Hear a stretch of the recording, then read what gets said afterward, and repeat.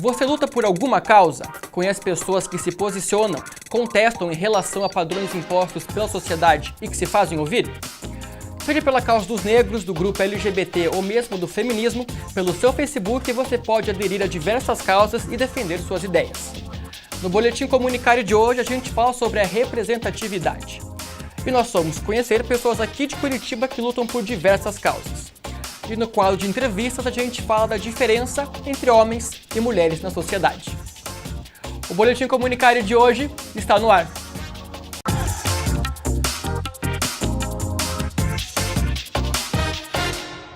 Olá, tudo bem?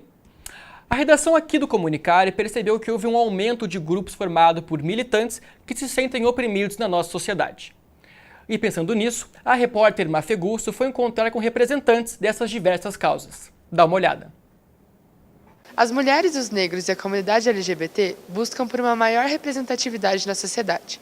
Esse grupo, que une pessoas com um objetivo em comum, procura por igualdade e respeito da outra parcela da população. O Conselho Municipal de Política Étnico-Racial representa a população e é composto por 7 entidades da sociedade civil, pelo Conselho Municipal e pela Câmara dos Vereadores. O presidente do Conselho, Denis Denilton, nos conta um pouco mais sobre os objetivos da unidade. É evidente que a conquista ela não é do Conselho, mas da população como um todo, e o protagonismo é do movimento negro, mas nós já temos as cotas de serviço público no Estado do Paraná, nós já temos as cotas federal, nós temos grandes batalhas a serem vencidas. E uma delas, primeiro, o racismo. O racismo ele é estrutural, o racismo é sistemático, de tal maneira que nós não temos uma representatividade política que possa prever e defender as nossas causas. Então, a peça-chave para que a gente possa ter uma sociedade de fato equânime, de fato religiosa, é derrotarmos o racismo. Respeito é reconhecer que as pessoas são diferentes e, ao mesmo tempo, são iguais em direitos. O Grupo Dignidade existe há 24 anos e foi a primeira ONG LGBT do Paraná. Lucas nos contou um pouco mais sobre quais as principais causas pelas quais lutam. O que nos move, que move o LGBT, é a luta por direitos humanos da população LGBT, o respeito, a diversidade, o que sempre fala que a gente não quer direitos mais nem menos, queremos direitos iguais a qualquer outra pessoa, o que não acontece nos dias atuais aqui no Brasil. E quais foram as principais conquistas que vocês já tiveram? Apesar do Brasil ser o país mais LGBTfóbico do mundo, tivemos avanços em algumas áreas, por exemplo, o casamento afetivo, a adoção e o reconhecimento como família. E qual que é o principal desafio perante a sociedade, assim, se você pudesse citar qual que é o principal? Mudar a cultura, né? Porque tanto o machismo, o racismo, a LGBTfobia é cultural, né? E transformar a cultura é um processo de longo prazo, então esse é o principal desafio. E você diria que vem melhorando conforme o tempo no Brasil ou ainda está muito parecido com há 5 anos atrás? Vem melhorando, assim, com o tempo muita coisa melhorou, né? A pessoa tem o direito de não aceitar, mas tem a obrigação de respeitar. A União Brasileira das Mulheres, UBM, existe há 28 anos e está presente em 16 estados do Brasil. O grupo conta com a participação de mais de 500 mulheres do Paraná. Débora Castro, presidente da UBM Paraná, explica as principais mudanças reivindicadas pelas mulheres. A principal é pela legalização da discriminação do aborto, a gente debater gênero dentro das escolas, pelo combate à violência contra a mulher. A gente luta por uma desconstrução de uma cultura machista e patriarcal. Não é só a questão da igualdade dos gêneros, é muito mais do que isso, né? Porque a gente mexe com toda uma estrutura, né, da construção do ser humano, social e tudo mais. Falar sobre políticas públicas em defesa das mulheres é uma coisa que é recente, né? Então, ter uma mulher na presidência meio que acho que deu visibilidade, sabe?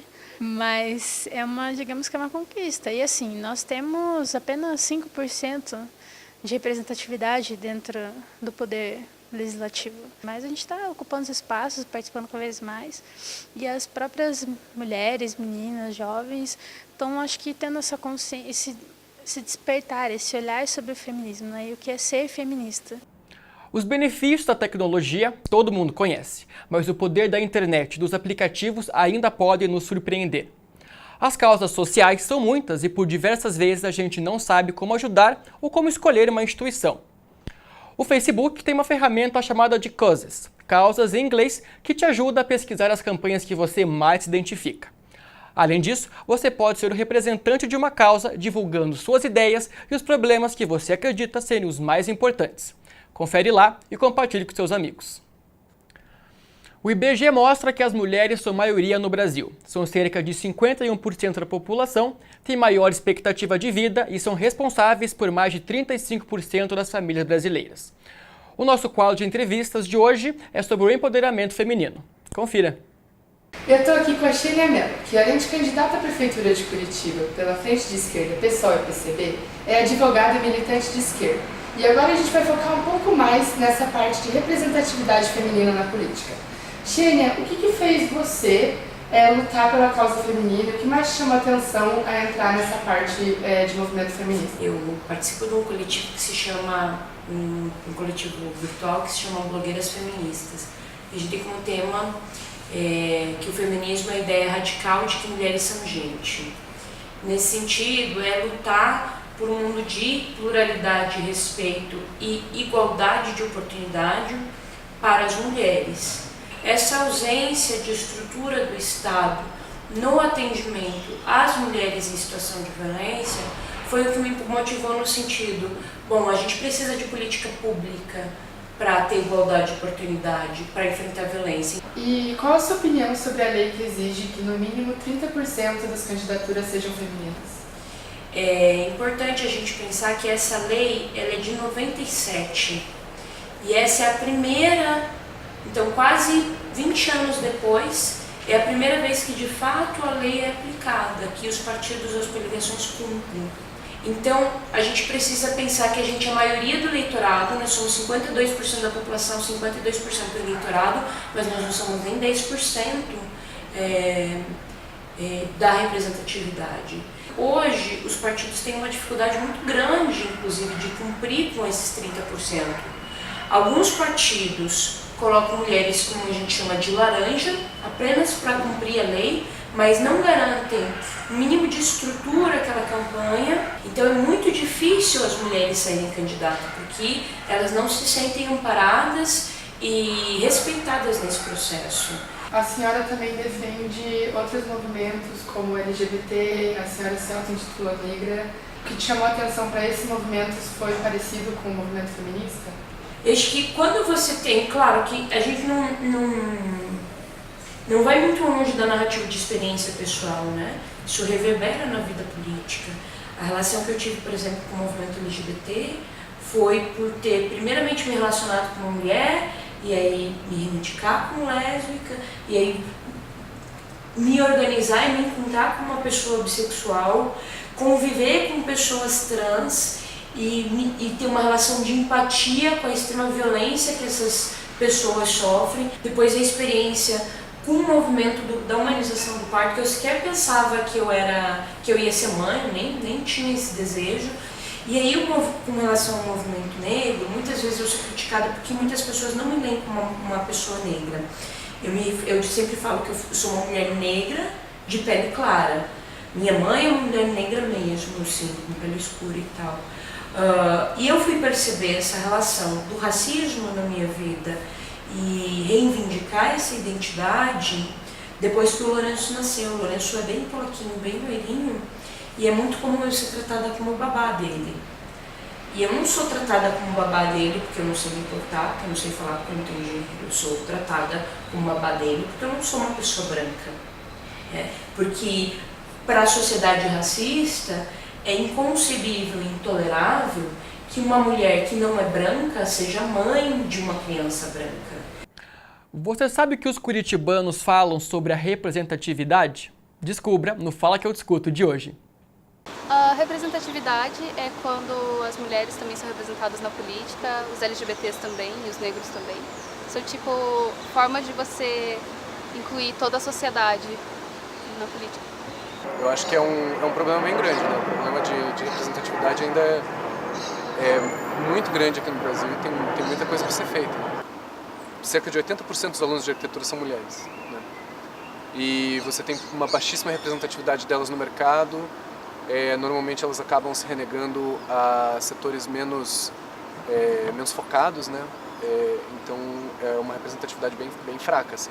A questão da universidade, que nem diz Eduardo Marinho, a questão do pobre e do negro entrar na universidade, ele diz que o governo ele conseguiu abrir umas brechinhas, uns buraquinhos para botar um punhadinho de pobre na universidade para dizer para o internacional que tá legal, o governo tá bacana aqui e tal. Não estou criticando nem direita nem esquerda, mas eles vão mostrar para o internacional que tá bacana, mas quem sofre somos nós, que somos a base da sociedade. Eu sou desenvolvedora de software.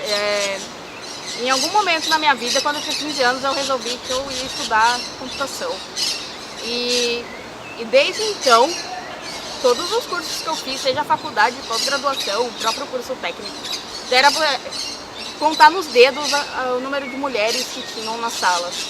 E quando tinham, muitas acabavam desistindo no meio da jornada, e muitas delas porque ouviam muitos questionamentos da sociedade mesmo sobre o que tinham optado para fazer da vida. Como assim fazer exatas? Exatas é coisa de homem, computação é coisa de nerd, engenharia. Como assim você vai trabalhar na obra?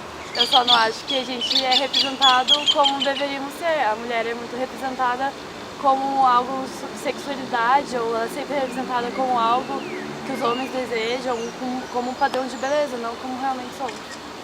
Para conscientizar a sociedade, eu espero que através dessas propagandas possa melhorar, né, daqui para frente, mas ainda é bastante. A questão do negro às vezes aparecer numa propaganda ou no outdoor parece que é por sistema de cota também, entendeu?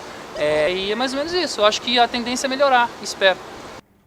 O Boletim Comunicare fica por aqui. Obrigado pela sua companhia e até a próxima.